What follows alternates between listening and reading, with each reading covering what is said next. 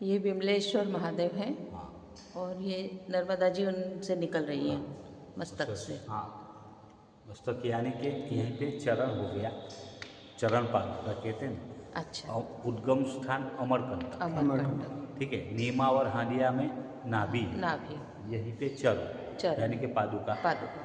तो कहते हैं कि अमरकंटक से लेके विमलेश्वर तक का दक्षिण तक और पहला पादुका का परिक्रमा आपका यहीं पे पूर्ण होगा, एक साइड का। एक साइड। अभी आपको जाने का है पहला पादुका से दूसरा पादुका, यानी कि अच्छा। दक्षिण तट से उत्तर।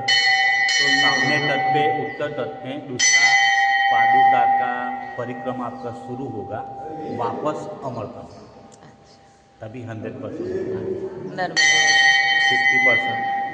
50%। हाँ, आपने कहाँ से उठाया है? वो ओंकारेश्वर। ओंकारेश्वर। तो अपना 30%, 20% आपका परिक्रमा हुआ है। अभी 20% होगा।